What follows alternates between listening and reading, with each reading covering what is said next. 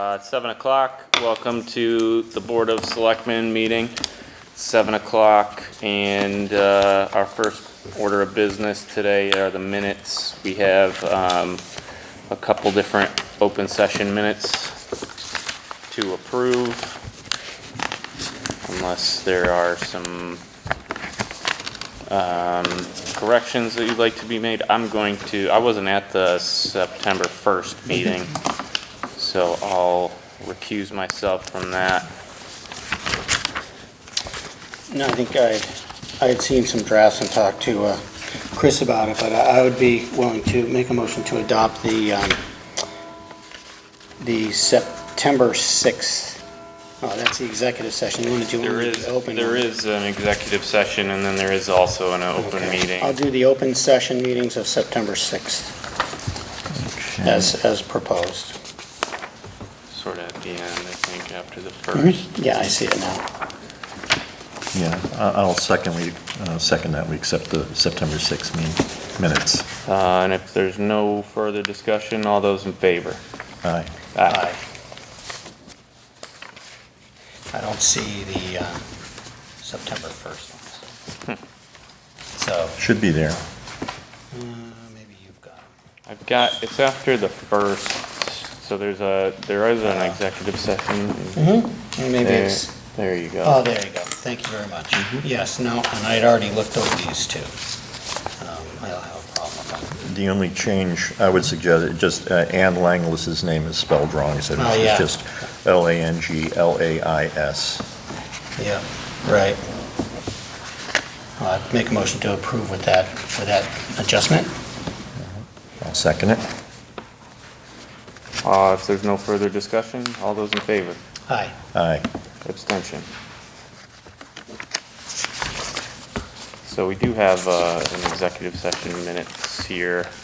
I don't know if that do we typically approve those in executive session, or can we approve these here? Yeah, I think we do, in case there's any discussion. Yeah. Mm-hmm. So that brings us to our next order of business. We have a public hearing, which there's really nothing to hear. I do have a letter here from the applicant that I'll read. This is regarding the 200 Laurel Street Lee project. Dear members of the Select Board, with regard to the above referenced matter, please accept this correspondence as a formal request by the petitioner, Ecos Properties, to withdraw the application to the Select Board for a special permit July 2022 without prejudice. If you have any questions, please contact me at the earliest opportunities. So yeah, I guess we would, I'd be looking for a motion to accept the applicant's withdrawal without prejudice. Do we have any public comments that you want to call in? We can take public comments now, I suppose, although as I stated, there's nothing to really be heard here. We don't really have a permit in front of us to hold a hearing, although I would allow anyone to say whatever they would like to be about this issue on our next item, which is public comments. I understand you've come here, but this is really a formality. I mean, we really have nothing, there's no permit here for us to hold a hearing on, so. Unless the board has. You ought to speak before you were going to vote last time, that's all I can say. I may have. If I may. Sure, Bob. Yeah, I mean, I have no objection to you speaking, with the understanding this board has absolutely no standing on the matter. No standing whatsoever. This is just, we thought that we were going to be involved in that permit. It turned out that legally we don't. We didn't have to be involved. Can I ask a question? Oh, yeah, sure. Why don't, you know what, come on up. Yeah, it's fine. I am Catherine Hibbert. I live at 250 Laurel Street. It's my understanding that there were some discussions about the legal aspect of it. When were those discussions had? When was it decided that legally you didn't have under 9.2, you didn't have to have a special permit. When was that decided? I believe there was some legal discussions that happened originally when we first held this public hearing about our purview on this matter and us really having no purview. That was really the extent of the discussion, unless you guys want to add anything to that. I think we had a joint meeting with the planning board here. And the planning board held their meeting, in going through things, it was discovered that they made the application to both the planning board and the select board. It turned out the application to the select board was not needed. It was not required for the deliberation and the approval of the permit. So we abstained, we left. They finished their meeting, we continued ours.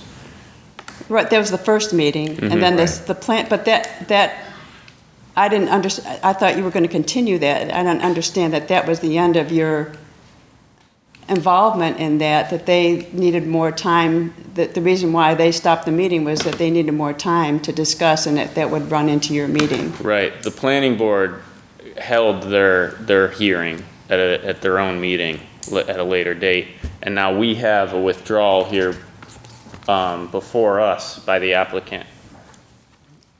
So It's my understanding that those discussions were mostly had after they got their permit in hand, from Christopher Britton. May I? Yeah. Sure. I think what happened was the day we were having the hearings, the two hearings, joint hearings, there was a question prior to that sent to our town attorney to say, should both boards be having a hearing on this issue? And the response we got, and we talked about it in executive session because it could have been an issue that got litigated later, should we have continued. Our advice was that it's more appropriate for the planning board to go forward under their section of pre-existing non-conforming, and that if in fact the planning board issued a permit on that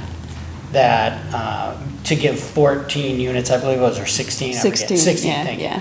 16 units, that any hearing we would have, this board would be handcuffed to 12 units anyway, and that if it came before us, we would not have been able to, if the planning board issued for 16, then our votes here wouldn't have been necessary because we could have only allowed 12.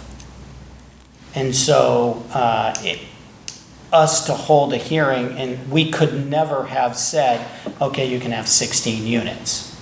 And that's my understanding as to why they've decided to withdraw, because they couldn't have gotten the 16 units. They could only get 16 units by going through the pre-existing non-conforming section of our bylaw. Yeah. And so we were trying to wait and see. If they were denied the 16 units, then we continued our hearing, because if they were denied that, they could have come before us to ask for 12. And we listened to the site plan and all that, and then we could have been doing this tonight had they have been denied. And it saved on, costs for advertising and notifying all the abutters. All that was done as a joint thing to sort of, we're trying to save anybody who comes before our boards some money on the advertising issues. And that's why they were scheduled jointly. But that was our advice from legal counsel, is to wait and not take a stance on it until we saw what the planning board did. It seems like the cart before the horse to me, that the 16 before the 12. Just want to point out that this has been very confusing for us in the public, and it was not disclosed that the planning board, that would happen. If the planning board approved the 16, that it would not go before the select board. And in fact, I even think the applicant's consultant didn't even consider that, because under the non-conforming 6.1, the planning board was going through kind of their general checklist of, water, sewer, traffic, and under 9.2 in the multiple dwelling includes a much more comprehensive look at the area, which includes an impact statement that would detail the probable effects which includes the housing that we all agree that we need, but it also includes disturbance of the natural ecology and the harmony and character of surrounding development. And so my argument was, okay, we have this town forest and back abutting the proposed project, 160 acres, and the planning board didn't really consider that part of it. And if that was, to me, they should have included the spirit of the 9.2, if that was going to be the be-all, end-all of 16 units. In fact, when someone mentioned, do we want to discuss whether or not we're going to have 12 units, they said two of them were willing to entertain that notion, but the others were using, which I think is improperly, the economic impact on the applicant, when the applicant didn't provide any data that would show that 16 versus 12 was going to harm them. So I'm just disappointed in the process. It's been confusing for me. I don't feel that we had a fair hearing at the planning board. I know that's not your purview, but they were making, you were there, Gordon, Yes. online, where they were making concluding remarks before the public got up to speak, and even to the effect of wishing the applicant good luck. So, and I understand that, you cannot overturn it, but I was hoping that, at least we'd have a second look by the select board that would take a more comprehensive look. And I've been told, since I've learned this with this whole project, that the select board actually has the ultimate purview over the town forest, that, you would be considering that. And so I guess I'm just disappointed in the process. And I accept what happened, and I hope the best for the project, but I'm really disappointed in the fact that that density of human use was allowed right next to our precious town forest. So I appreciate you folks listening to me tonight. Thank you. Okay, well, thank you.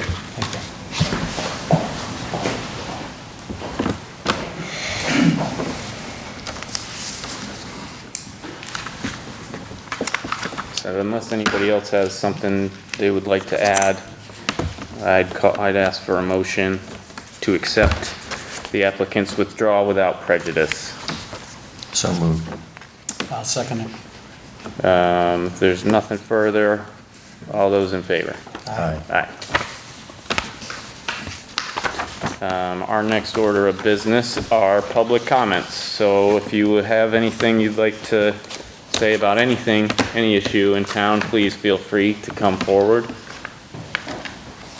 Identify yourself for the people at home. Sorry. Kathy Hall, Chairperson of the Lee Youth Commission.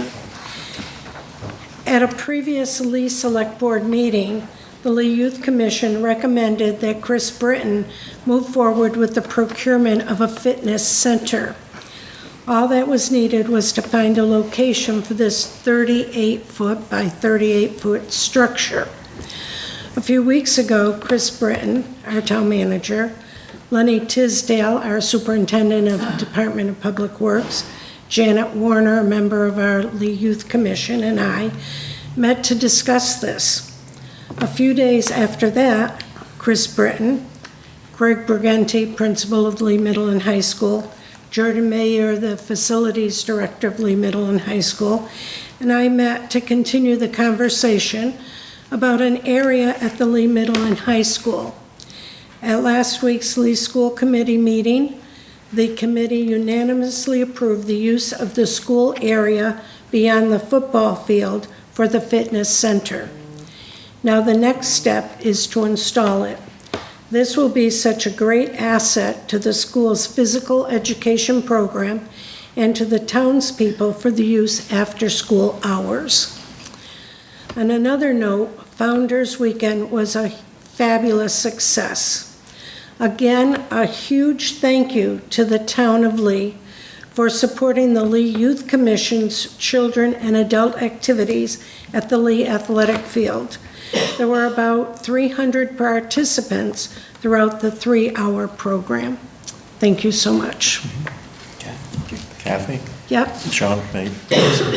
Kathy, you and I had a very interesting conversation at the athletic field last weekend about the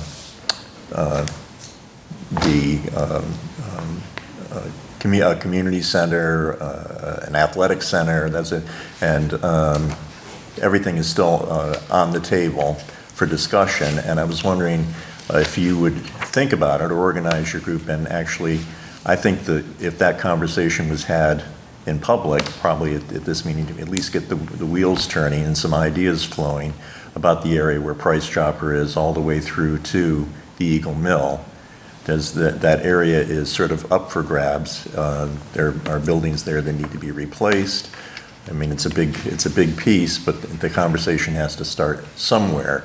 And you had some very good ideas, and I wonder if you might be willing to organize your group and just come talk to us about it, just so people can hear the conversation. Right. And we have been talking about it because, well, we were disappointed in the vote.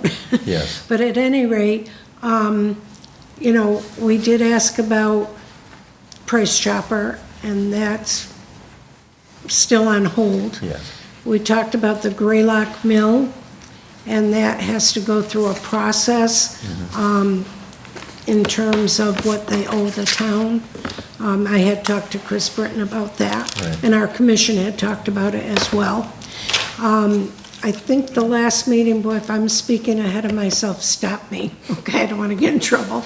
But at the last meeting, I think Chris mentioned that we did receive the grant, $25,000, for a consultant to investigate the development of 300 Stockbridge Road.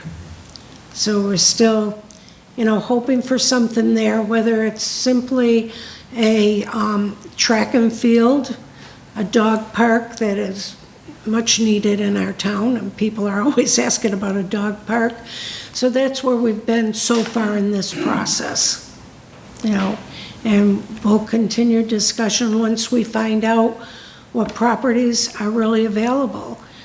Some properties have been available, and the town just hasn't really looked at it to say, oh, maybe this would be good. There were 3 properties on Railroad Street that sold for less than, I think, $600,000, and that could have been something. The area of the Bullseye, that's too small. Or even property on Housatonic Street.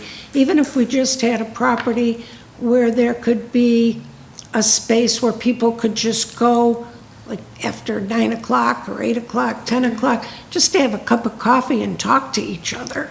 You know, these are things that people have been talking to us about. So these are things that we've been talking about at our meetings. And I'd be glad to discuss it further with, you know, the board or, you know, with our members as well. Yeah, well, thank you, and Thank you. you know, it was a good conversation we had, and I just Thank you. wanted you to know, I don't know if I mentioned it, but there are people other than your group that have mentioned that particular area. Right. And something needs to be done, and we could, you know, we do have assets that could be sold to purchase property, and it's just, I don't want the conversation to drop. I think you're doing a great job. Thank you. Thank you. Mr. Chairman. The other thing I want you to remember as we're looking at town properties is, one reason we took the Bullseye to begin with wasn't just to use the Bullseye's footprint. It was to actually incorporate development of that, the Araldi building, you know, in a much larger space than just the Bullseye. So Right. with the removal of that, you know, I think that there's a lot more property there available. Could end up going to public safety, we don't know. You know, Right. we're still in the investigatory section of that, because there's a number of options that are open. And again, some areas of town that we really haven't talked about yet, that's has a number of buildings on it that could be, you know, either torn down or some utilized portions of. But I think that, as Bob Jones just mentioned, that we have to continue the conversation in the community. And I don't know what's the best way to do that. And, you know, I hate to keep coming up with subcommittees to look at all this stuff. because that can get pretty cumbersome and delay things at times. But I think we do need to, I absolutely support the fact that we need to keep talking about this Right. and looking at the property that may or may not be available, including Right. Graylock, and there's some other properties. Right. And we have talked to Chris about the Araldi building. Yeah, And, yeah. you know, that, again, everything's on hold because we need to find out what Right. we're doing, that type of Right. thing, and maybe something will come out of our master plan. Well, I hope we can do it sooner than that, because that's gonna take a while. Right, But we'll yes. see. But, you know, just the development and conversation with other people, you know, we can move forward. So we're still hoping, we're still moving forward. Thank you. Thank you, Ken. Do we have any other public comments? I don't see any, so we'll move on to general business. Our first item here is we were gonna have an Appalachian Trail Committee update, but that's been postponed. Looks like we'll have that next month, later in the month. So that brings us to our second line item of LED light replacement. Is Paul here? How are you, Paul? Good evening. So this is something we talked a little about. Our administrator, Chris, kind of brought us some information last meeting, and looks like you've got some more for us, so. Oh, thank you. So Paul, why don't you introduce yourself and Yeah. I'm Paul Vassell with Real Term Energy. We have been managing LED municipal conversions in Massachusetts for 8 years or so. It goes back to legislation that was passed here as well as most of the other northeastern states, which gives municipalities the opportunity to take ownership of their streetlight assets, right? Since that took place, about 70% of all the municipalities in the Bay State have exercised their right to do so. And there's some compelling reasons to do that.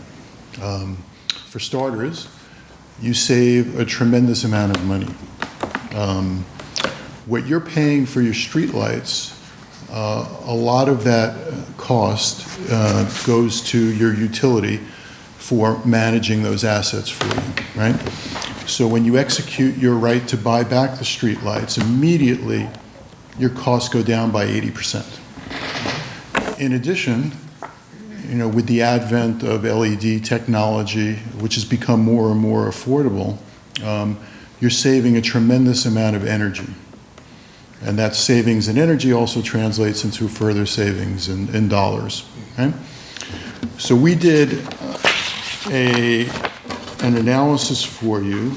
I don't know if you were all on the board when this project was started, but you actually initiated the project. We were working with Alan, your previous Public Works Director, and we concluded the first foundational step of the project, which is a GIS audit.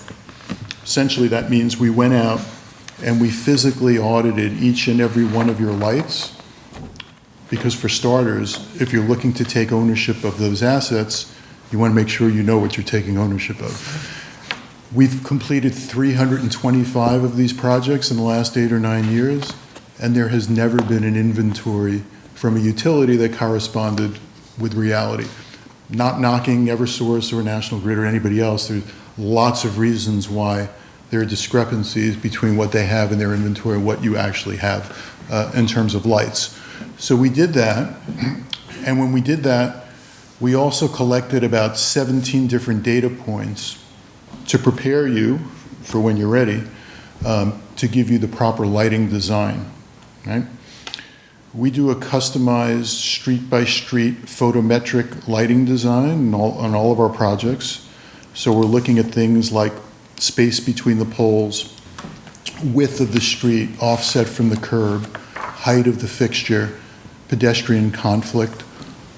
All of this data then goes into a modeling to make sure that you've got the most optimized and safest lighting that you can have.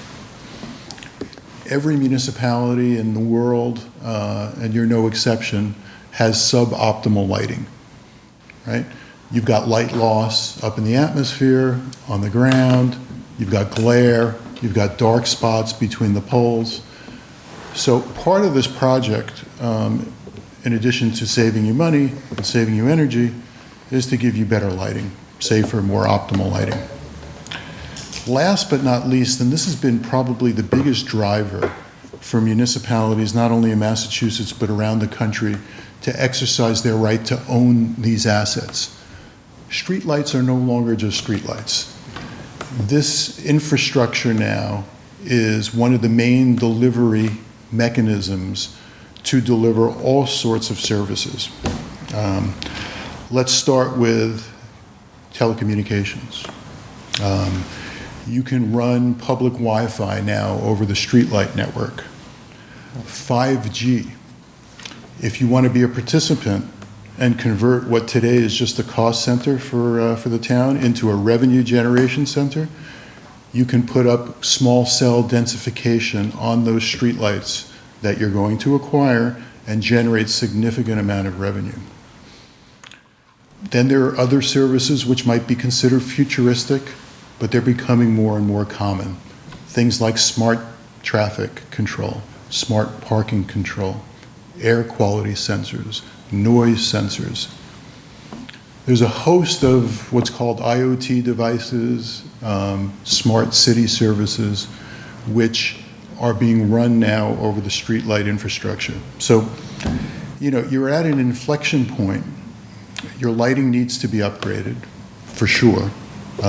This is inefficient lighting that you have up right now. And you have two choices. You continue to allow the utility to own that infrastructure, and at some point they'll upgrade it for you, but you won't save any money.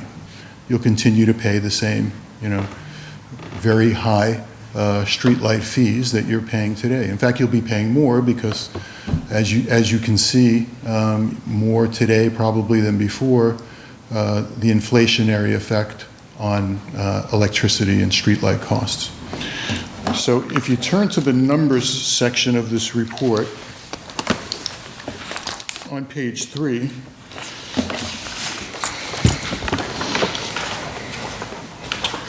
you've got two costs here. You have the cost of the project, so that's the cost to upgrade your streetlights, which is estimated to be $92,000.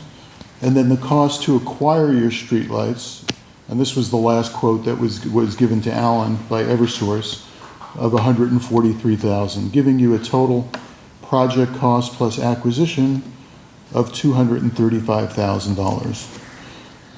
If you go down now to the third table, the calculation of energy and cost savings, you'll see today you're spending about $56,000 annually on your streetlights. After you acquire the streetlights and you convert them to LED, those costs go down to $16,000, or a savings of about $39,000 a year, a drop in 70%. Calculated over 20 years, we do 20-year calculations because the streetlights have a life of 100,000 hours, which equates to 23.9 years. So we run the savings analysis at 20 years, and you'll save approximately $830,000 over 20 years, which gives you a simple payback of 5.6 years. Right? Now, Chris told me, and Alan had told me previously, that you didn't have money budgeted currently to undertake the project. So we ran an analysis for a TELP financing, tax-exempt lease purchase. About half of the projects that we've done in New England have been TELP financed. It's an easy project to finance because the savings are highly predictable. When you look at streetlights, when you know how many hours the streetlights are on, and you know how many kilowatt hours the lumens convert to, you know pretty precisely what your reduction in cost is going to be. So it's very easy to finance. We ran a simulation It was back in July, so we'll probably have to run another one, add maybe another 100 basis points, another % or so on TELP funding. But you comfortably generate enough savings to cash flow this positive from year one, which means zero expenditures. That includes the cost to buy back the assets from Eversource. You're generating enough savings under a tax-exempt lease purchase to generate positive cash flow. Our estimate, again, with interest rates towards the end of July, numbers will be changed a little bit, but you'll generate $142,000 in positive cash flow under a lease option. Okay?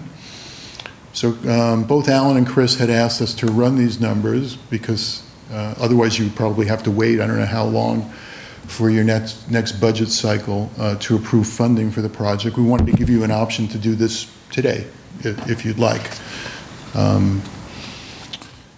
So that's, sort of a summary. We're one of the leading smart lighting integrators in North America. We've completed about 20 projects in Massachusetts, the largest projects in the western part of the state, including Pittsfield, West Springfield, Agawam, and others.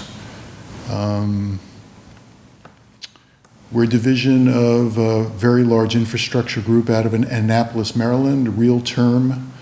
They're one of the largest owners and operators of on-airport infrastructure in North America. They have $7.5 billion of high flow-through logistic and cargo facilities at 37 airports. We're their energy division, one of two energy divisions. Second one is BrainBox AI. It's an artificial intelligence building energy management platform. And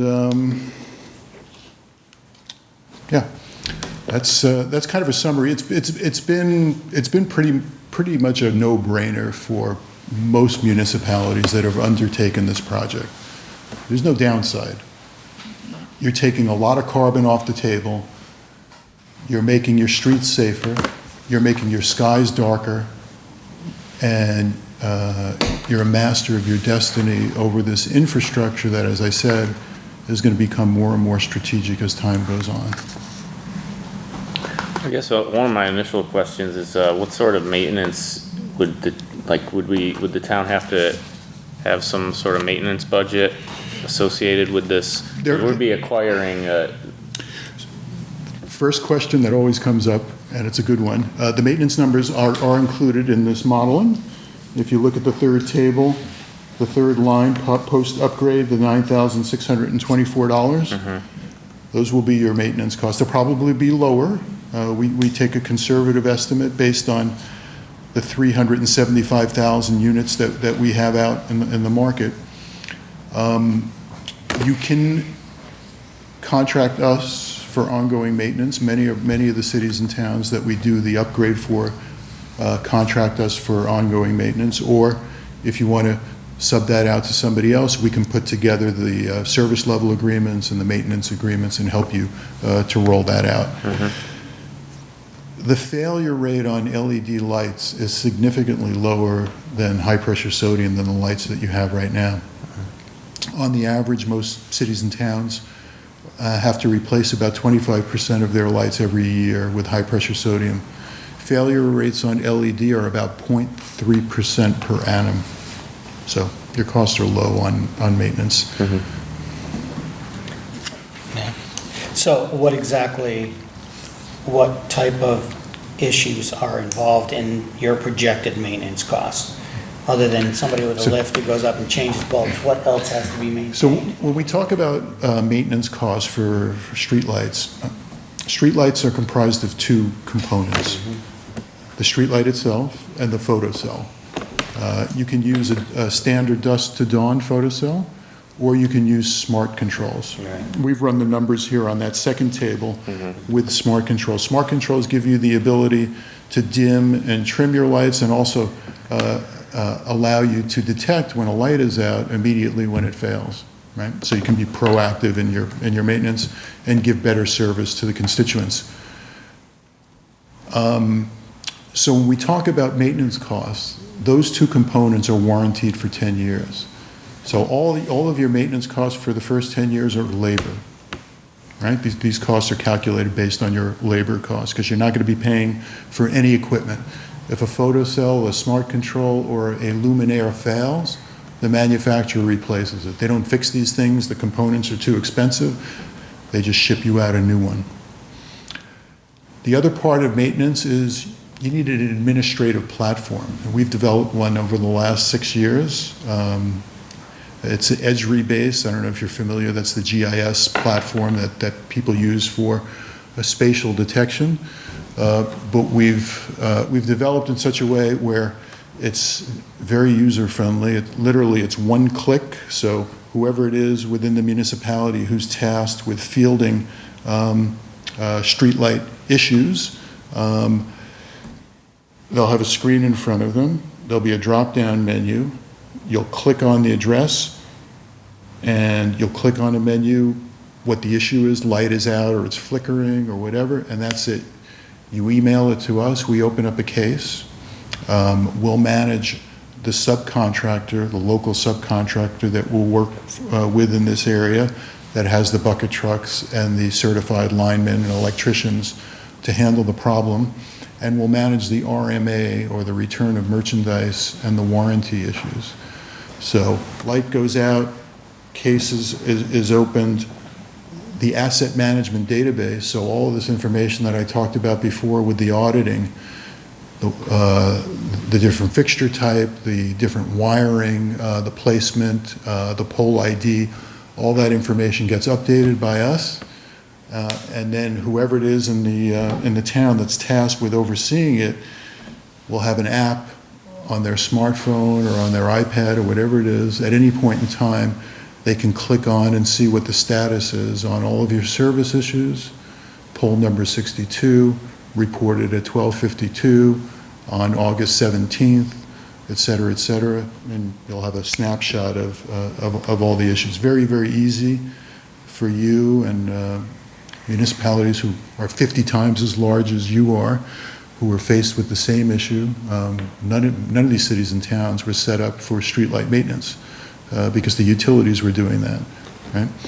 So how do you make money out of this? In other words, so this 9,000, any of that go to you for oversight of these and paying for the computer program and all that? How does that work? We have the same financial structure for maintenance as we do for the project at large. The first thing we did before we did our first project in Massachusetts 8.5 years ago, which was Brockton, we hired procurement attorneys in Massachusetts who wrote up a memorandum, which I don't know if you've seen it, but I sent it to Alan and Chris, which outlines under MG30B how you can go about contracting our services without a public bid. And the way we've done it is open book, cost plus pricing. So in the realm of maintenance, we have a 20% markup. Whatever the local contractor's cost is for labor on a reparation, we add 20%. That's how we make our money. And that becomes your fee. And does that also cover the fee of the computer programming that you use So for the to track all this? The software platform, there's a charge depending on how many lights you have. I think for Lee, the charge was $300 a month. Yeah, because you have us down for 401 units. Yeah. Okay. If I may. The other issue I have is the color of the light. You can get LEDs that'll make you squint because they're so bright, or they can be very mellow. Like, how do you deal with that, or is that? No, it's a critical issue. Yeah. And a study came out about 2 years ago by the American Medical Association that did an analysis on blue light exposure and its biological effect, specifically circadian rhythms. At the time when the study came out, the prevailing Kelvin color temperature was somewhere between 4,000 and 5,000. Much brighter, much whiter light than we see today. The recommendation by the AMA in order to reduce blue light exposure was to reduce Kelvin color temperature to 3,000. 95% of all the projects we've done in the last 2 years have been 3,000. Some towns and cities go lower. We've done hybrid projects where your main arteries, like Main Street here, where you might have some commercial enterprises, we'll do it 3,000 because you have stronger color rendering, and you want to have, safer lighting in those areas. And then the residential areas where you're more likely to get pushback and a call for lights that are similar in color temperature to what you have now, so a yellower rather than a whiter light, we can tone that down to 2,700, even 2,400. All of the photometrics are done based on your Kelvin color temperature. So we're not going to sacrifice footprint or lumens on the ground. You're just going to have a different, bright color. Is there a town nearby that you've done this that we could go maybe, try Pittsfield. Pittsfield, sounds Pittsfield, good. yeah. It's the closest They one. do all their lights or just some? We did all of their lights. Typically, when we get engaged for a project, we do not only the street lights, but all the outdoor lights, park lights, if you have parking lots. The other big issue, and this has been big pretty much everywhere we operate, is our dark skies. Most towns, cities, they want to keep their skies dark. So we design all of our photometrics based on the International Dark Sky Consortium guidelines. We've gotten some great accolades. A recent project that we did in Pepperell, one of the select members is the director of MIT's Astrophysics Lab, and he's a member of the International Dark Sky Consortium. I can send you his reference. He said it was the best project he's seen, best lighting project he's seen. So we're very sensitive to your needs. The first thing that we do before we start a project is sit down with stakeholders, whoever they may be. Sometimes it'll be the chief of police, planning people from the board, and talk to you about your concerns. Do you have any specific lighting concerns? Is there a particular intersection that you're worried about? Is there a park area that you might want a little bit overlit for security reasons? So, this is not just a pure scientific photometric analysis. It's customized based on what your objectives are from a lighting perspective. I'm also interested when you said you can use these things for maybe doing some kind of internet service throughout the town. Yeah, so how do we get involved with that? Should we wish to provide that to our citizens? So in addition to a consultation on your lighting objectives and requirements, we'll also have a consultative meeting with you on any additional services. I have a colleague who heads up our Smart City division, and he'll sit down with you, or we'll do it over Zoom or whatever's convenient, and you'll tell us, we'll ask you a bunch of prompting questions. Hey, what's coverage like? Do you have any areas where you can use some additional wireless coverage? Do you have any concerns with security? Because you can also layer on video cameras onto the network. Is air quality an issue? Is noise an issue? Do you want to be a participant in 5G revenue? I imagine you probably would be. And so we'd give you guidance on how to go about doing that, how to convert a streetlight network into a small cell densification network, so then Verizon and AT&T and T-Mobile, or whoever wants to offer 5G services in the town, will be paying you $270 per pole per year, which is the current safe harbor rate established by the FCC. So it actually increased revenue. Yeah. None of those numbers are here because we don't know what you want to do, and et cetera. But there are revenue generating opportunities. There are service improvement opportunities, and it's all part of the global look at these new assets, which right now are just streetlights. But again, I urge you, even if you don't do it with us, think hard and long and fast about relinquishing your control over the streetlights. I think it's in your best interest to take ownership of these assets. Can I ask one more question? On your charts, I noticed on the, where are we here? The very last chart at the bottom. What's the in red incentives, 25,630.57? What exactly is that incentive? So- Where does it come from? That's the smart control No, option. the incentive is calculated based on 25 cents per kilowatt hour. Okay, Right.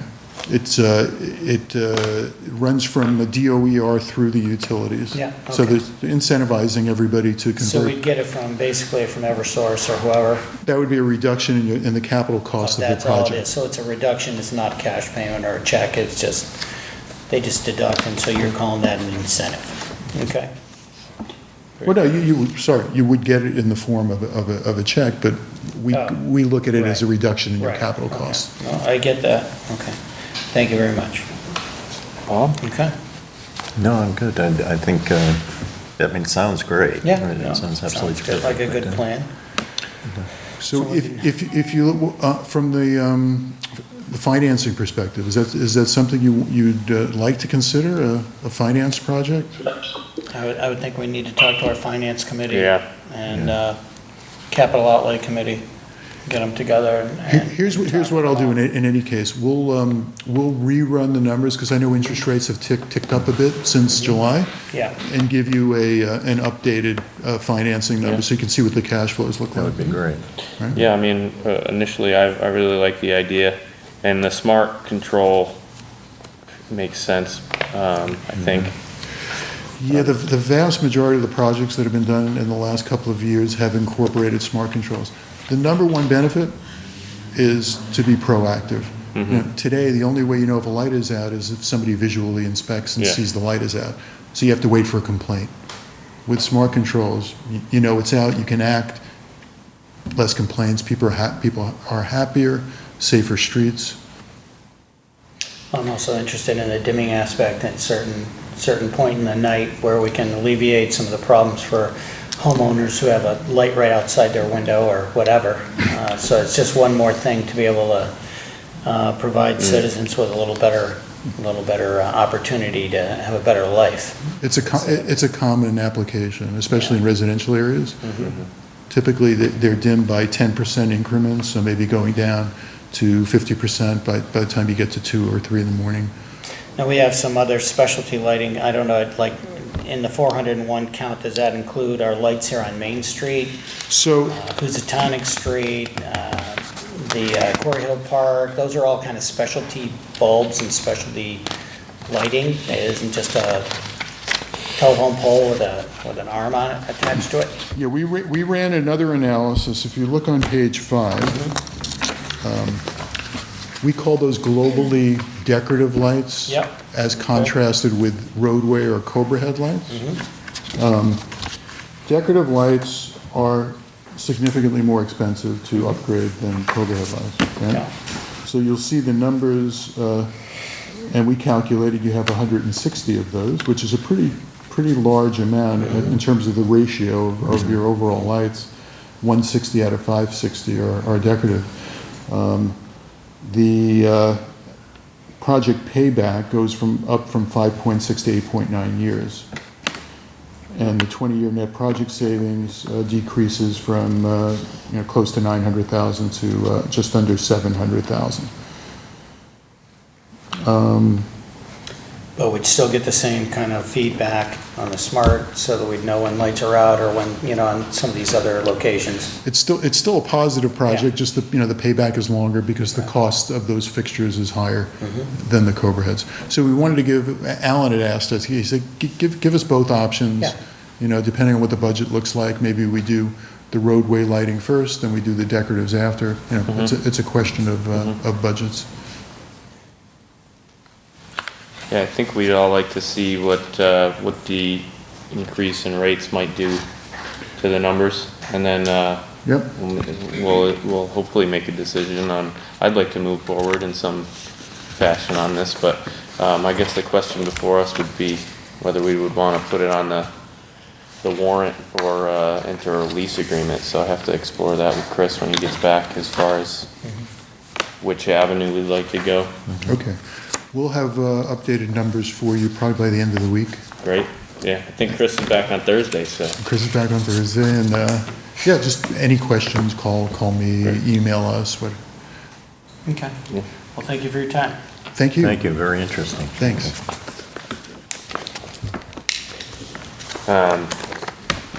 Does anybody have any questions on the lighting? Anybody? Yeah, I was just gonna open it up to the public if anyone, there's a lot of people here, but I don't think they came for this, but. So the bulb has, is it the bulb or the light fixture has a 20-year?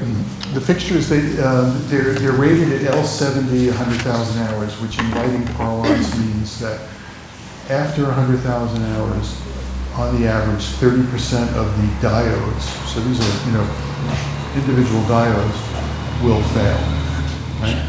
Doesn't mean you won't have light anymore, it means you'll have less light after 100,000 hours. That equates to about 23 years, given the amount of hours that those lights are on. So when you replace it, you replace the actual diodes, or No, you replace the whole light? the whole fixture. Yeah. The whole fixture, the whole pole? No, just the fixture. Just the fixture. Just the head, just the head. So, yeah, something that may not have been obvious, but I'll mention it.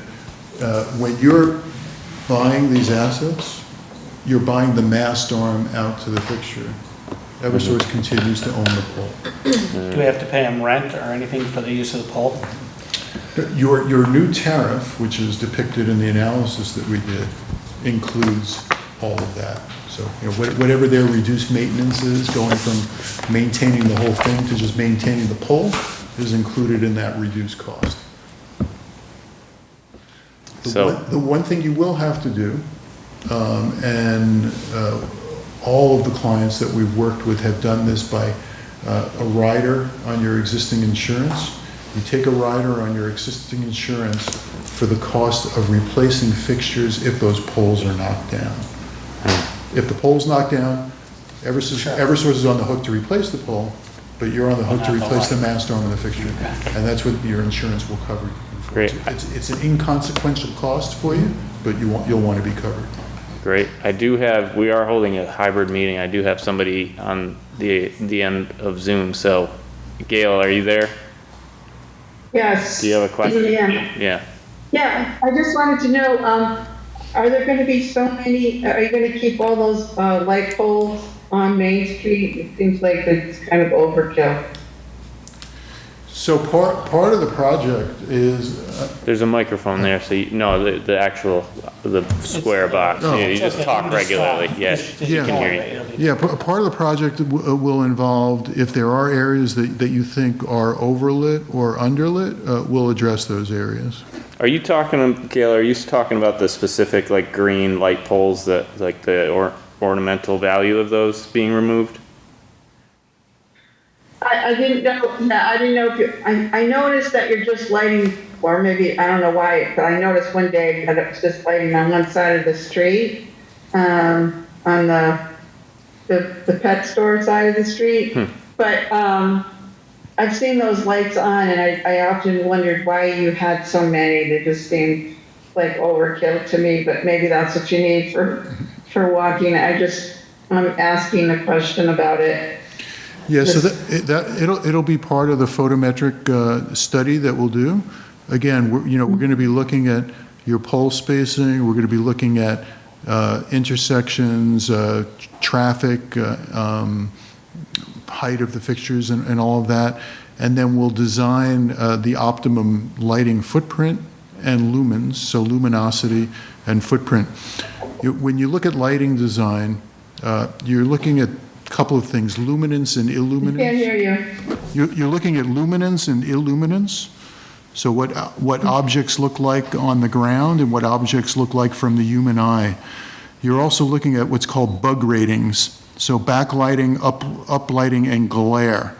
When we go through the photometric design, we're looking to eliminate those, eliminate your glare, eliminate light loss or light trespass, and give you the proper footprint. So when a vehicle is moving from pole to pole, you have little or no dark spots. Yeah, that's the optimization that you were talking about earlier, yeah. It's all done. The IES, which is the governing body for roadway lighting in North America, has standards that they put out every few years. They're called RP8. So we do our design based on RP8. Okay. All right. Thank you very much. Thank you. So I think moving on from there, we're gonna just kind of hold that for, I don't think we really are gonna make a decision on that. We'll hold that for now. So next line item we have is LYA discussion. I think we have a number of board members here and the director, so I'd welcome whoever wanted to get started, come up and please identify yourself and. Hello, I'm Sam Sorrentino, 140 Via Maria, and a board member of the Lee Youth Association. Well, we thank you for inviting us to speak here at your meeting and to have the opportunity to reintroduce the town to who and what the LYA is today. It certainly has changed. With the support of the town, the Lee Youth Association was started in 1981, 41 years ago. And it started as a teen drop-in center in the old Grange building across from St. Mary's Church. It was outfitted with a pool table and a foosball table and a ping pong table and lounge chairs, and I think it even had a Pong game in it. And if you remember what a rotary dial phone is, you might know what Pong is. Gordy, I think you're too old. Oh, yeah. You don't remember, you're too old. Probably had one. Too old. And it was a good place. It had a good start. I even had my first claim to fame there. I was lucky enough to win the inaugural ping pong championship. My name was in the paper, and my mother cut it out, put it under the glass of the coffee table. It was there for like 30 some odd years. Full disclosure, there was 2 people in the tournament. So it kind of shows that the organization was pretty small. Since then, the LYA has stepped up to fill voids as they came along to help out the league youths and what was needed. Those were humble beginnings for us, but through the leadership of the board over many years, it's grown. The organization has grown tremendously. It was a one-person operation in the beginning. Now we employ 60 people, not full-time, but through the course of a year, we'll employ 60 different people with our summer programs, our youth camps, and the different things that we have. And we service over 120 kids every day. So we really have grown from a few kids playing ping pong to servicing a lot of kids. We again find ourselves at a little bit of a crossroads, and we'll talk about that a little bit more later. But we're happy to reintroduce ourselves, and I'd like now to introduce Sharon Terry, who's our executive director. She's been with the organization for 18 years, and to what I believe is now the best rendition of the organization. So she will go over the many programs that we provide to the youth in the community, and we're happy to introduce her. Sharon? Thank you.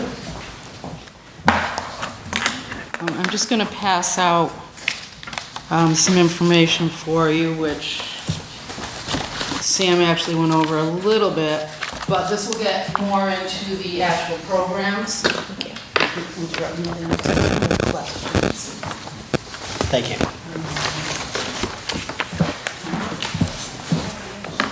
Yes. Okay, so before I get started, I would actually like to, as Sam said, we're a nonprofit organization that has been in existence since 1981, and we're run by a board of directors. So I'd like to introduce some of the board of directors that are here, and you may know them. Ali Zabian is the president. You already met Sam. Sandy Dignard is one of our board members. Toby Simone is one of our board members. And Heidi Cooper is our secretary. Sam is our treasurer. So the members that we have that are not here, Carrie Burke, Maura Stanton, Pam Naventi, and Dan Kinney. So those are our board members. If you take a look at what I passed out to you, in the green are the programs that we currently run, and in the pink are the number of children that we service in each of these programs. So the first program that has become one of our bigger programs is the Busy Bee Learning Center. And since we moved from Academy Street to Route 102 Pleasant Street, we've gone from one preschool to now we have 5 classrooms, an infant program, toddler 1, toddler 2, preschool, and pre-K.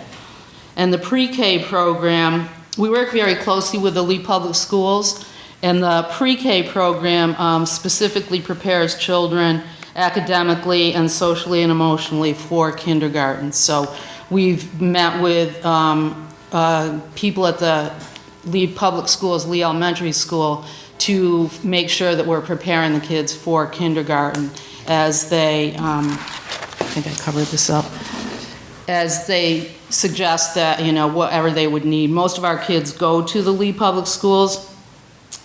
We also provide free professional development for our staff, and as Sam said, we have 60 staff on our payroll.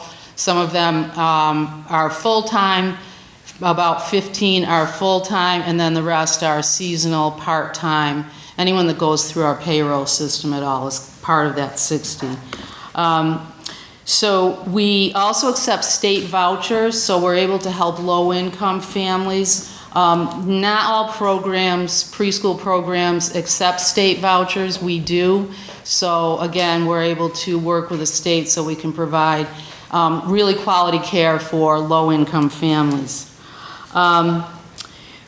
We also have just hired, I might go out of order here a little bit, so we have children that have learning and behavioral difficulties, and we're able to identify those at a really early age so that we can work with the schools, or we can suggest different services for them in the different schools. And we just actually hired someone as a behavioral specialist, because there have been, as many schools and preschools are saying since COVID, there have been quite a few more behavioral problems than we may have seen in the past with some kids. So we've hired a behavioral specialist who can work with these kids and help them and their families, and working with the school system to help them through these behavioral issues. So we can identify some of that at a very early age, and we're able to help them early on as well. So through last year, we had 122 kids enrolled in our Busy Bee Learning Center, which is pretty significant. Definitely grown, as Sam said, from the time we were at Academy Street until now. So then we also have the LYA after-school program, and the after-school program used to be actually at Academy Street, and then we moved it to the school itself, so kids are able to go from their classroom and go right into our after-school program, and that runs until 5:30.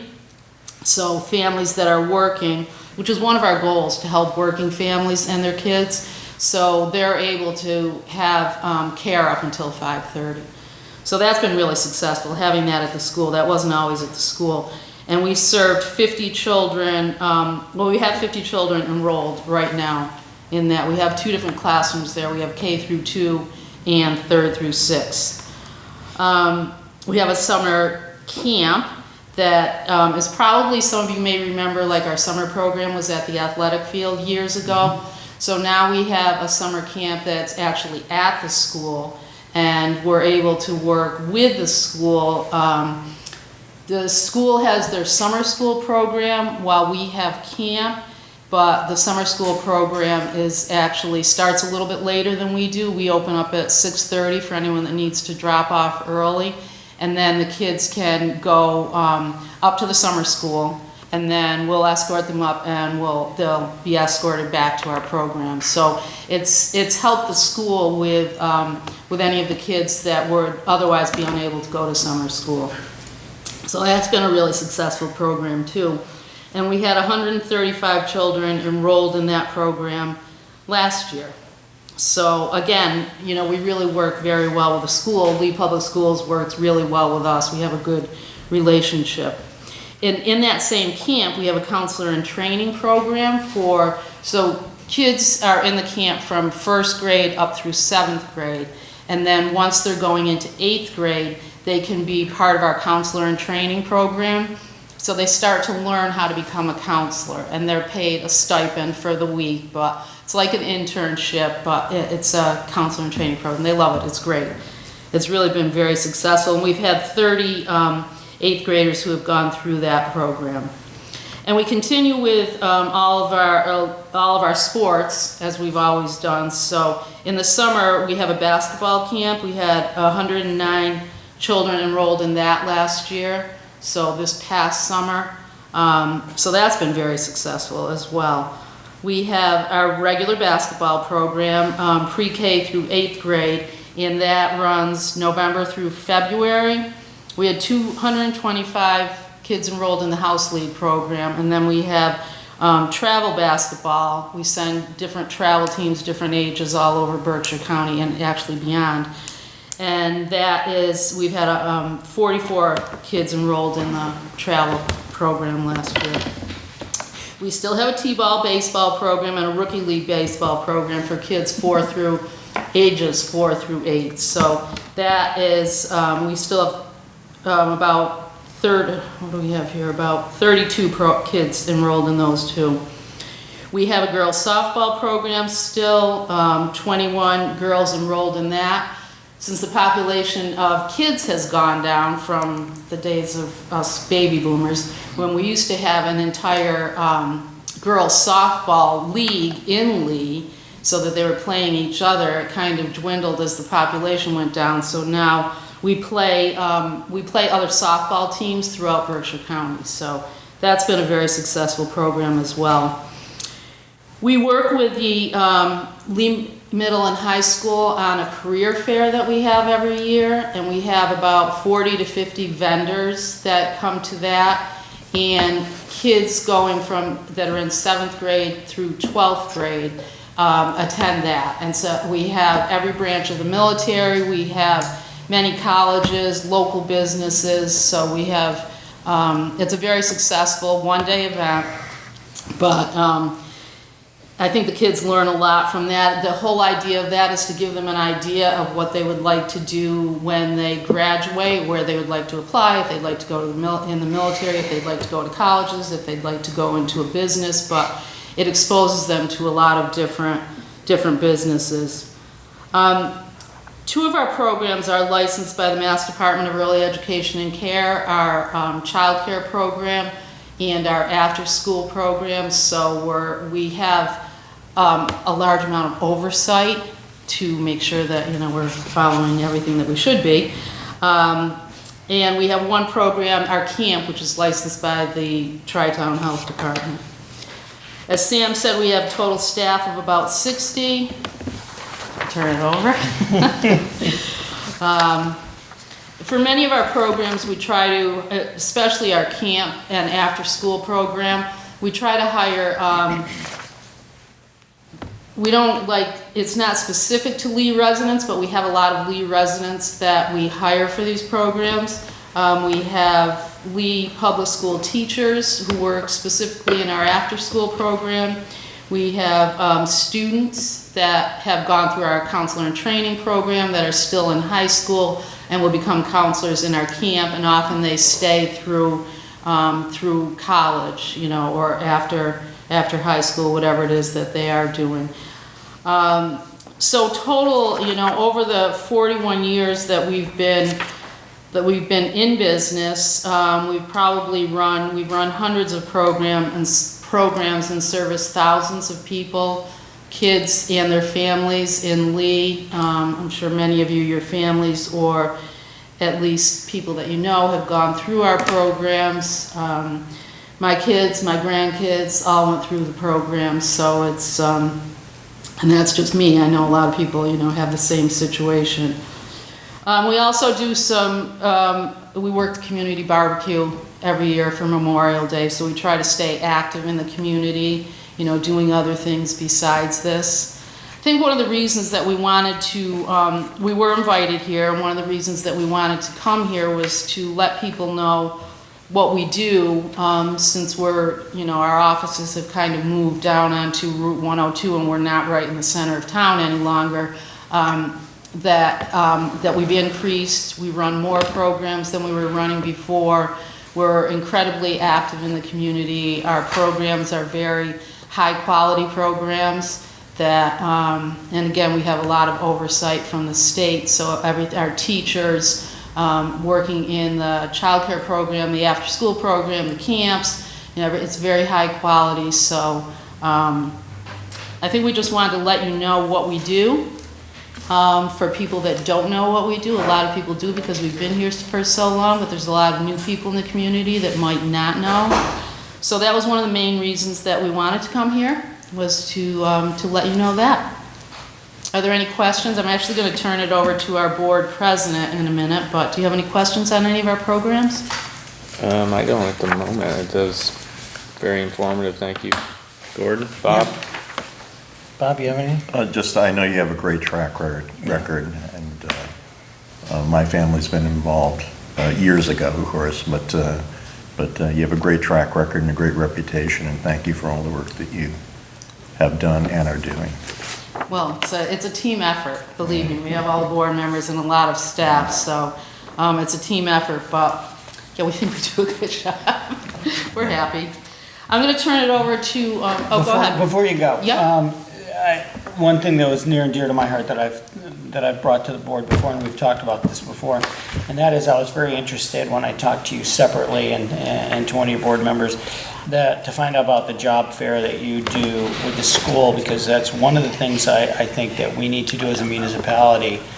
In fact, the MMA, one of the MMA flyers talks about having municipal jobs, like job fairs. Because I think a lot of kids who may or may not want to go out of college or want to go on to college but want to stay in the area don't realize what municipal jobs are available to them, right from police, EMS, firefighting, accountants, sewer distribution, water distribution, all these kind of things, licensing that the town can help them with. So I would be very interested also in being apprised of when you're going to do your job fairs, and so we can talk about whether we can get some representation there to participate with you in the schools. We usually do it right before, in the spring, right before Easter. And we have had we've had police, fire, EMS. We've had all of those organizations, but it would be great to have more. We have about 40 usually, but having more is better. The more the merrier. One of the things that the school sets up actually after the career fair is they have mock interviews that we all participate in. So any of the vendors would stay, and it's usually the junior class would. They're all dressed up, they all have resumes, and they come in and have a mock interview. So it's, it really prepares them. It's a very successful event. It's gone really well. I think this coming year will be our 10th year doing it with the school. So I think, yeah, having the town, having more organizations from the town participate would be great. Yeah, I don't think that people, especially coming out of high school, may not want to, go a conventional route, realize that they could work for the town, and we would assist them with licensing that they need to get for a different kind of licensing.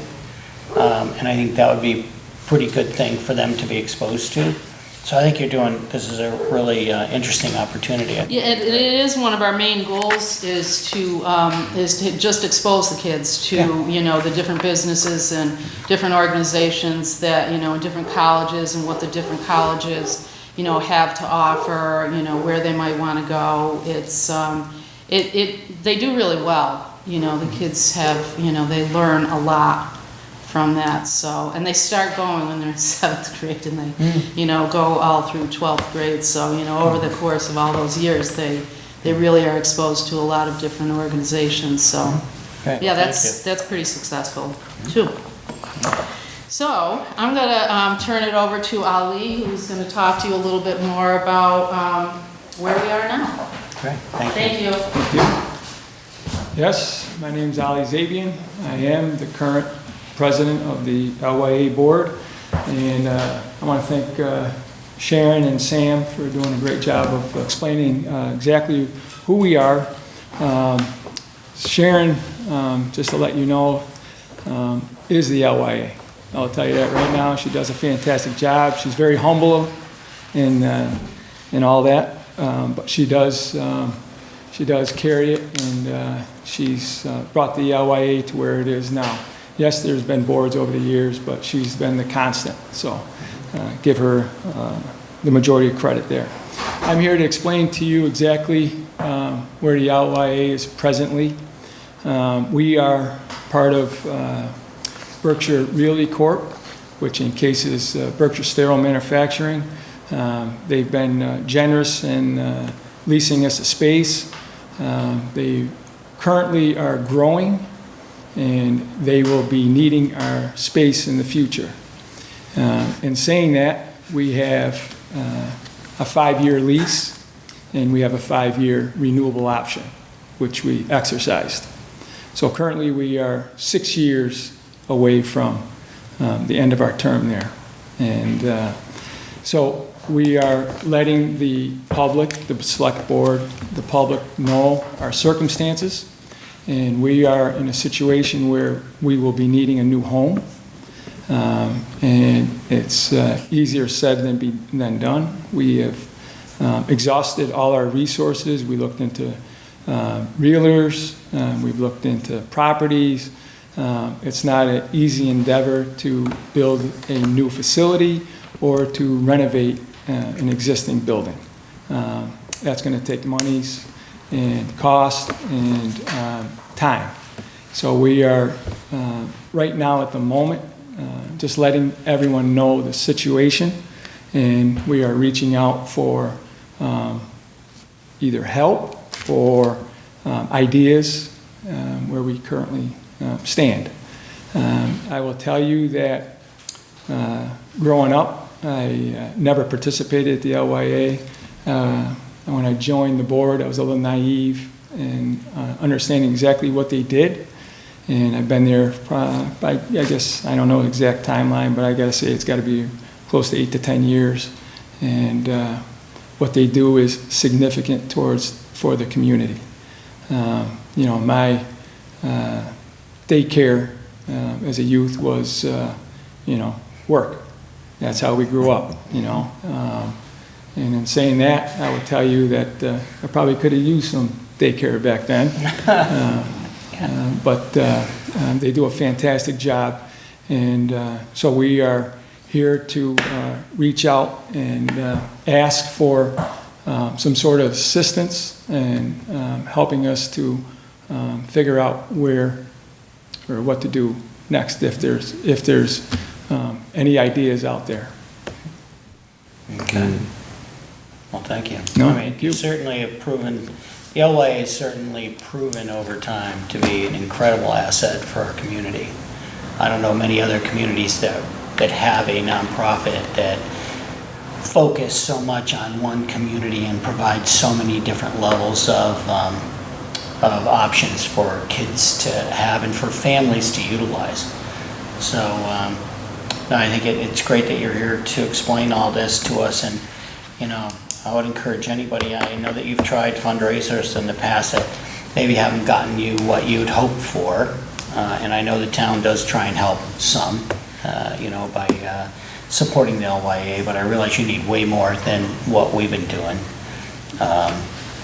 So you're laying it out very well. Hopefully there's people out there who are, maybe can help out money-wise, but also ideas, and they know some building or some way you can, move forward. That'd be great. 6 years is gonna go by in a flash. That's correct.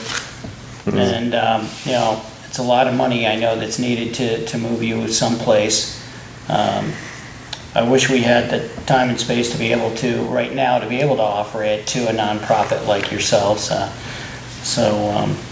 think it's incredibly worthwhile, and hopefully something will come out of this discussion, and you'll be contacted with people with ideas and money or whatever to be able to help you move forward. So, that's all I have to say. Bob? No, I concur with Gordon, and just the question came up. Does the LWA, is it just for Lee residents, or do you take kids from other towns too? Yeah. Great. It's open to anyone and all people. Yeah, I know in my short tenure on this board so far, this has come to my attention a couple times. I think we've talked about it maybe once before, and it's definitely pressing, so we're hoping to be able to come up with some sort of solution. Not sure what that is yet, so hopefully we can work together on something. You're three smart guys, you'll come up with something for us.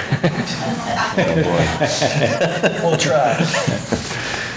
Well, we have a lot of smart people in town. That's right. Yeah. And a lot of them will be getting hold of us with ideas and getting hold of you folks and the board members that were introduced today with some ideas, I'm sure, Maybe we'll have some big philanthropist out there who's That's willing right. to spot you guys some funds and send you on your way a little bit, at least to give you a good start in your fundraising. That would be great for you, so. It would. And I think we can also keep in mind that, if we ever do a community center and bring Kathy all smiles, that, maybe there'd be the potential, who knows what building we may end up with or what we end up doing. Maybe it's an opportunity for some type of agreement, with a nonprofit, be it you, hopefully, but, I think that's something that we can try and keep in our focus as we move forward too, because of the amount of good you do for the community. I mean, if you were to not be around, what would people do for childcare? There just isn't a way or a place that people can take their kids through all these different ages that you deal with, and feel safe that their kids are being well looked after. So, thank you. Thank for you. your work. I guess I would just ask before we move on, is there some sort of ideal facility the Lee Youth Association would be looking for, like square footage wise, so you can fit different program elements, that's where my head goes first. So ideal, we're looking for anywhere from a range of 7,000 to 10,000 square feet, right in that ballpark. Yeah. We currently are around that right now, 9,000, 10,000. You're 7,300. Right now we're just under 8,000, so between 7,000 and 8,000. We could, like Ali said, up to 10,000, but we could probably go as low as 7,000. We would like land, obviously, because we would want, we need outdoor, as far as licensing is concerned, and we would want to do that anyhow, but we would need outdoor play area for the kids. And we placed a heavy focus on nature-based learning.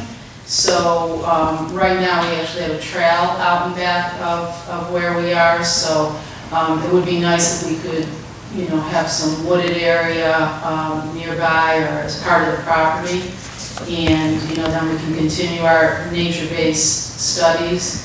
So that would be a piece of it. So we would want some land, but as far as the facility, Ali's right, somewhere between 7 and 10, and right now we're between 7 and 8. And you would need a certain amount of office space, certain amount That of includes the office space. yeah. That includes, so if we have 5 classrooms and 3 offices, we would be okay. We have a center director, we have a billing person, and myself. Not to say we can't share offices, we've done that before.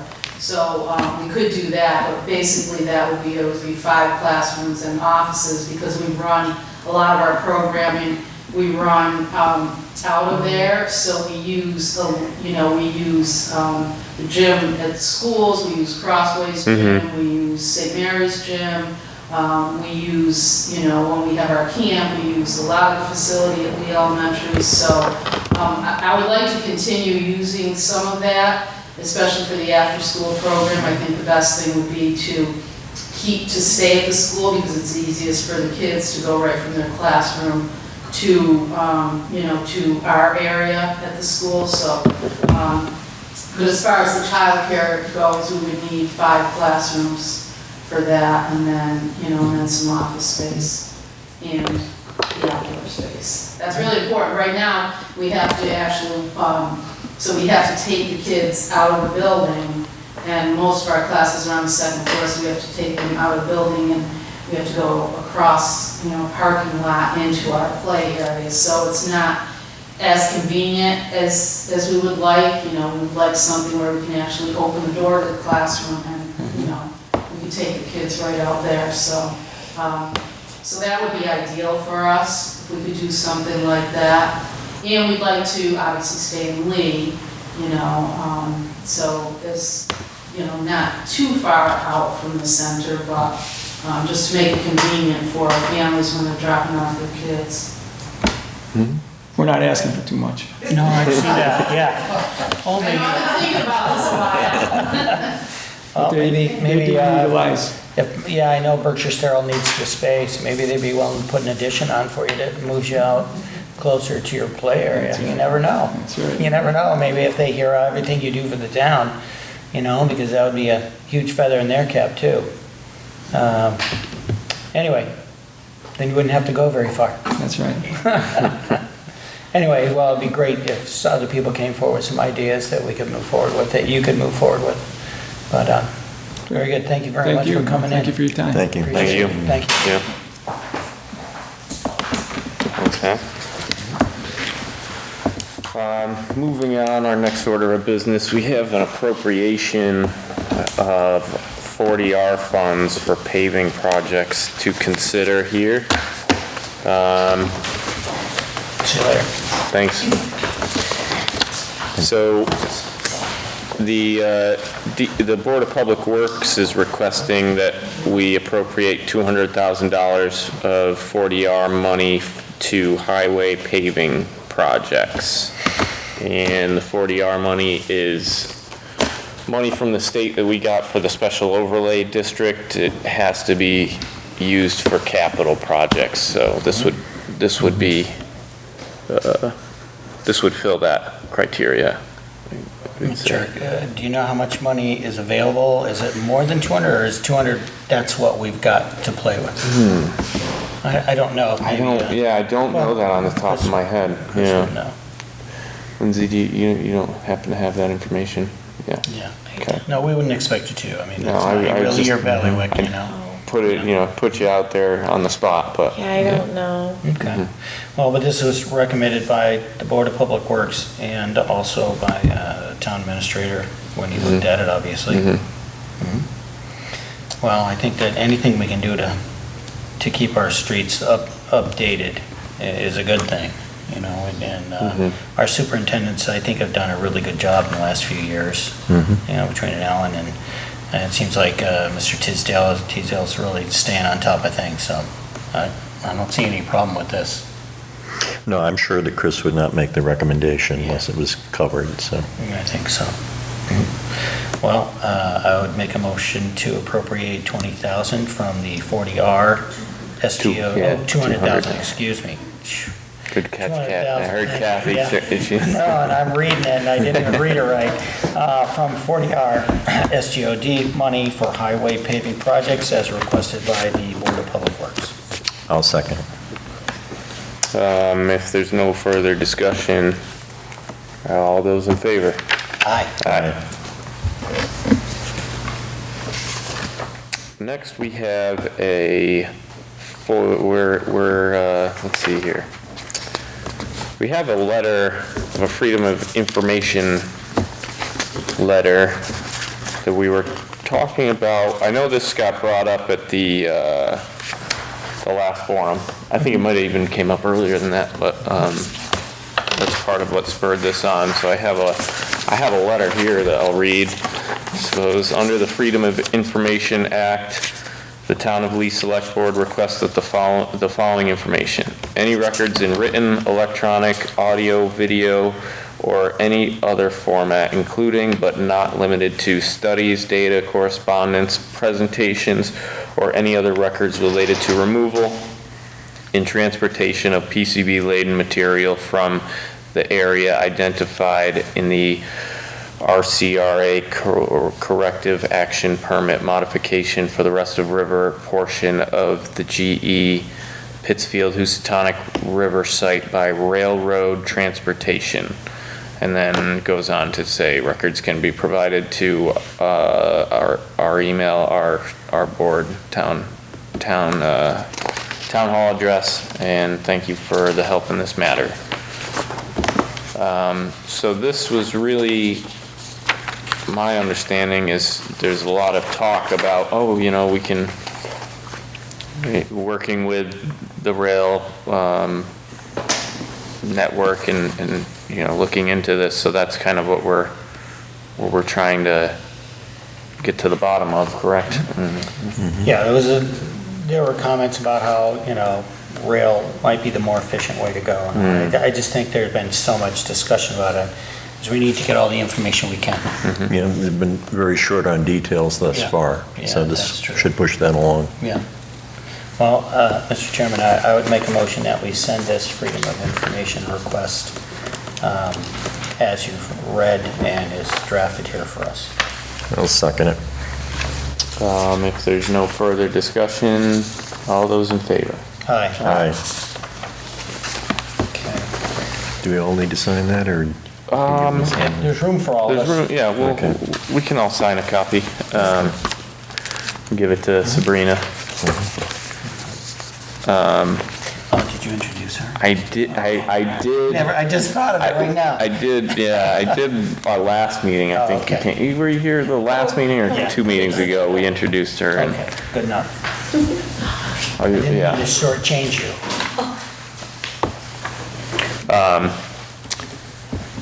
Next order of business, we do have a board and committee appointment.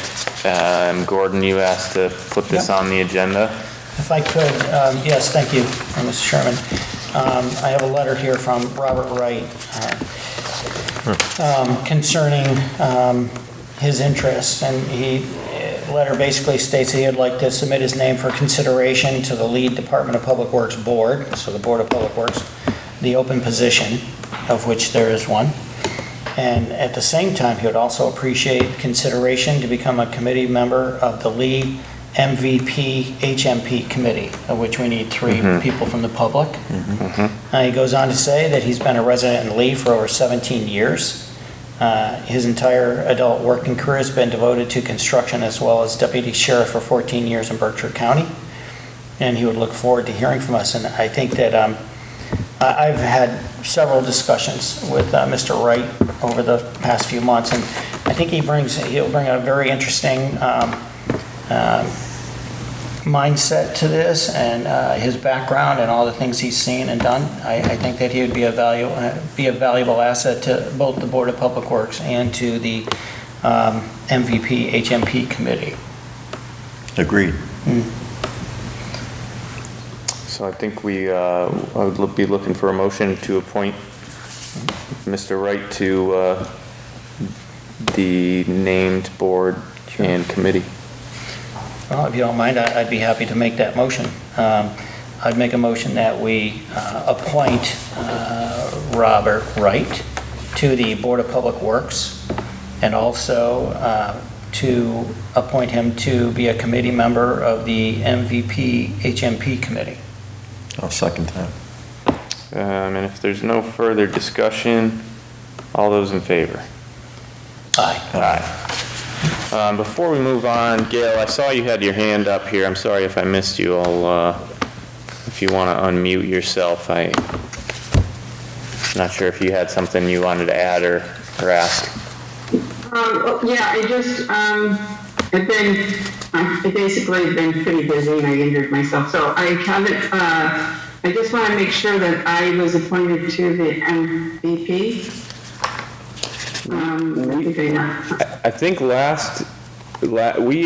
appointed you to the Agricultural Commission. Had we appointed her? I don't believe we I don't think appointed she you had- to I didn't the think she- MVP. Although I think if you wanted to submit your interest for Yeah. that, I absolutely think we could use you on that committee.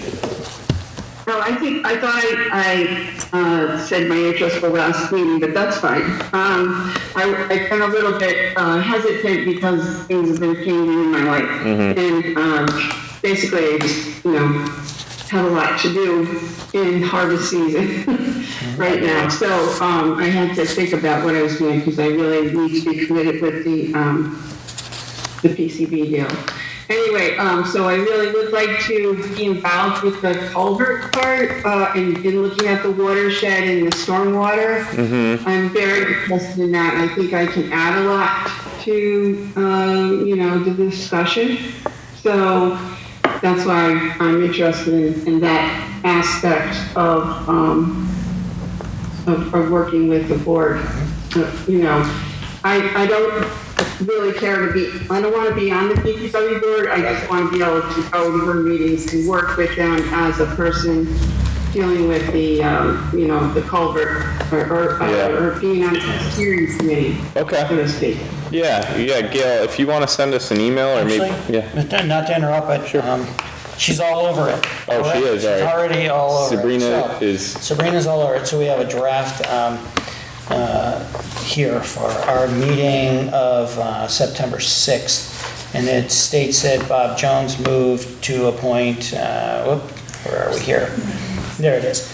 Bob Jones moved to appoint HMP MVP plan members as presented. But I thought there was one specific to Gail, but Gail wasn't on that list at that time. So I think, if she just gets us a letter of interest, we can get her right on the next board meeting. Okay. Yeah, I thought maybe your name was on it, but if I remember correctly, you weren't on the original list, but certainly happy to put you on there. Okay, I didn't realize coming to the meeting would show, but I have to put something in writing. Oh, okay, sure. Sure. I'll do that. Thank you. Okay? Thank you. Anyway, I want to also ask about, I'll ask Chris, never mind. Okay, thank you, Gail. And is there an open comment time? About something? You missed that, but you can use this as your open comment time if you'd like.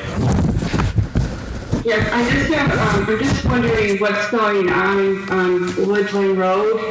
I know I spoke to one of the select board members, I think it was Gordon, about the fact that there was like, asphalt milling kind of, I don't know what you call that substance, but the asphalt being broken up and it's sitting in the middle of that lot, and it's not a industrial lot, it's a residential lot, and so I'm just wondering why that has to stay there. It has a petroleum base in it. And there's wetlands right up to it. Actually, I think they're on wetlands, and they probably was a vernal pool there looking at the topography, but I can't prove that because they filled it. So I'm just trying to get the asphalt out of there, and it's not industrial, and it's residential. And I have said, I'm just wondering, what your standpoint on that whole deal is. The town, I think, has been pretty clear about that property is how it is in, I don't know if the term is non-compliance. I know the DEP, Gail, from the state issued an order of non-compliance to the owners of that site, and so they're not allowed to operate. As far as removing the material, I would wonder, I know that, I'm assuming that they would have to, as part of that non-compliance, remove all the excess imported materials that they have, that they've imported there, so. Well, what about our town bylaws? I don't care about DEP. I thought that was against the building. It is. Zoning or something like that. Yeah. And that, I'm gonna tell you the reason I'm bothered by it is because when I look at the USGS, that's right where the, if it is like a kettle hole or a pond or a vernal pool or whatever, that's where it would have been. And it's that black asphalt is sitting right on top of it. And that just isn't healthy for the water table. Yeah, and the town was gonna issue an order of non-compliance to it, or I don't know if it was a cease and desist, but the DEP beat us to it, and they the state overrides any town bylaws that we have, so we're. Yeah, but that's different though. That's different. The state is saying you can't have solid waste. You can't have big chunks of concrete. Sitting on the property. That's for some reason that's against the law. I'm sure there's reasons why. They don't want people to bury big chunks of concrete and then somebody else comes along and tries to put a building in and it becomes a problem. Right. I'm sure there's you probably know better than I do, Gordon, why they don't want that. But in this situation, I'm really flagging you guys that those asphalt, if it is asphalt, if it's not, then it shouldn't harm anything. Maybe it just looks, I'm not on the property. Yeah. But it looked like it is, and I saw them, put it through a system, some kind of conveyor belt thing to break it up or whatever, and fluff it up. So I just don't think that it should be operated there right now, and it's just really, this is the bylaw, if I did something wrong, wouldn't I get in trouble? I don't know. I'm not a corporation. I'm just a person. Yeah, we hear you, Gail. Gordon? So, yeah, Gail, I believe that this is already being addressed through the zoning enforcement. I believe that it's just a matter of time to get all that out of there. We can check in with the town attorney and the zoning enforcement officer and get back to you, but I know I have heard that there's already been a zoning violation notice sent, and that there's a time frame for corrective action, and all we can do is check in and get back to you. But it has already been on the radar of the town, and an action has already been taken. So we'll try and get back to you on where it is, but it is not just being let go. Okay. I probably should have not done it at a public hearing, but public meeting. But anyway, thank you for. It's quite all right. It's quite all right, Gail. Thank you. Next order of business, we have a couple gas permits and actually one utility permit that I'd like to see if we can approve here. I have one. I guess we can do the gas permits first, I suppose, one by one. Yeah, this first one is a replace gas main across bridge from edge of Pleasant Street, 300 feet south to Pine Street in right of way. So the location is in Meadow Street in Lee. This would be to replace the gas main. Signed off. Yeah, signed off by DPW and the police. So I'd be looking for a motion to approve the gas permit or to replace the gas main on Meadow Street. So moved. I'll second it. All those in favor? Aye. Aye. And then next, we have gas main leak repair on Landers Road near number 50. and it's also signed off DPW and police. I make a motion that we approve and sign off, have the chair sign. And second it? All those in favor? Aye. Aye. So this next one's a little interesting. I think, I don't know if you guys saw this, it was kind of, I didn't. yeah, it might have been earlier in the package, but it's a utility, cut permit that they're asking for at 34 School Street. And that's actually 159 here. Okay. So that's, I believe this would be the locker room, the parking lot, and then they're up the road a little bit. Oh, okay, yep. Yeah, just for, and the intent is to install a sewer line. So they need to cut into our sewer line, patch into it. That's what they're looking to do. So it looks like DPW recommends. Yep. Same to police. Yep. Well, with that as a given, I'd make a motion that we approve the application for utility cut permit. I'll second that. And all those in favor? Aye. Aye.